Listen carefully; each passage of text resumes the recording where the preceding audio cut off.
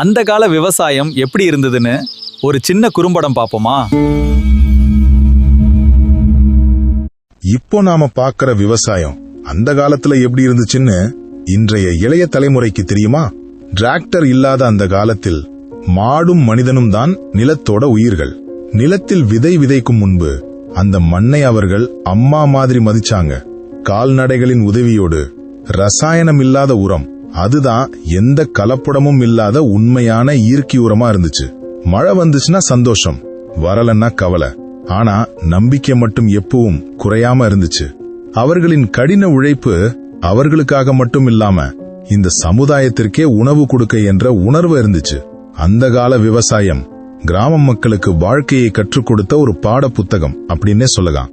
ஆனா இன்னைக்கு என்ன ஃப்ரெண்ட்ஸ், குறும்படம் பாத்தீங்களா? இந்த காலத்துல விவசாயம் எப்படி இருக்குதுன்னு மறக்காம கமெண்ட்ல சொல்லுங்க. அப்படியே மறக்காம நம்ம சேனலோட சப்ஸ்கிரைப் பட்டனை அழுத்தி உங்க ஆதரவு கொடுத்தா ரொம்ப சந்தோஷப்படுவேன். Okay friends, will you meet next time? Bye.